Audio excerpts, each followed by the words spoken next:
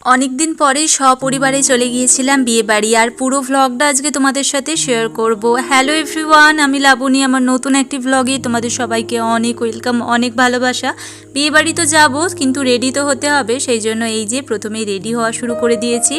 অনেকটা সময় লাগে রেডি হতে, সেই জন্য কিন্তু তাড়াতাড়ি করেই বসে গিয়েছিলাম। আর আমার সব সময়ের জন্যই দেরি হয়ে যায়, তাই আমি আজকে তাড়াতাড়ি করেই বসে গিয়েছিলাম সাজগোজ করার জন্য। আসলে বিয়ে বাড়ি গেলে প্রত্যেকটা মেয়েই চায় একটু সাজগোজ করে যেতে, খুব কম মেয়েই আছে যে সাজগোজ করতে চায় না। তারপরে এই যে ফাইনালি সিঁদুরটা পরে নিলাম, যেটা ছাড়া কিন্তু একদমই অসম্পূর্ণ আমি। তারপরে এই যে বরমশাই আমি সবাই রেডি হয়ে নিয়েছি আর নিচে চলে এসেছি। এদিকে বাবা মাও রেডি হয়ে গিয়েছেন, তো তারপরে কিন্তু গাড়িও চলে এসেছে আর আমরাও বেরিয়ে চলে যাচ্ছি। আর পেছনেই কিন্তু আরও অনেকে আছে, তো সবাই মিলেই কিন্তু আজকে এসেছি। আরও আমার পরিবারের সব সদস্য যারা রয়েছে সবাই কিন্তু এসেছে, কাকিমারা। তো যাই হোক, এই যে সবাই মিলেই কিন্তু ভেতরে যাচ্ছি, আর অনেক সুন্দরভাবেই সব কিছু সাজানো গোছানো। আর আমরা এসেছি কিন্তু কোলাঘাটের লারিকাতে।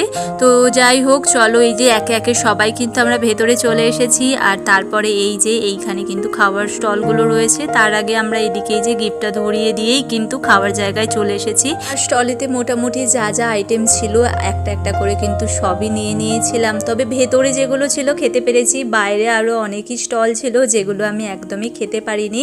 আসলে একার পক্ষে না, সত্যি কথা, অত কিছু খাওয়া সম্ভব নয়, কারণ প্রচুর স্টল ছিল এখানে।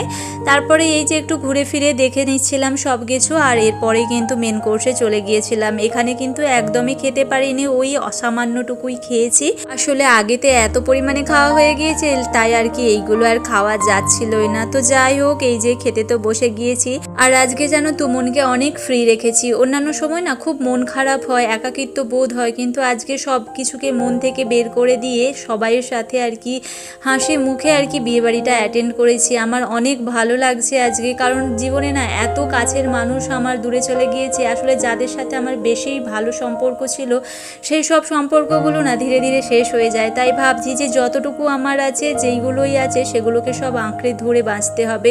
তো সেই জন্যই যাই হোক, কথা বলতে বলতে তো বাড়ি ফিরে গিয়েছি। এরপরে যে রেস্ট নেব, রাত্রি অনেক হয়ে গিয়েছে, আর এই সব জিনিসপত্রগুলো গোছাতে হবে, কোনো কিছুই গোছানো হয়নি। তো আমিও জিনিসপত্রগুলো গুছিয়ে নিই, তোমরাও ভিডিওটিতে লাইক করে যেও।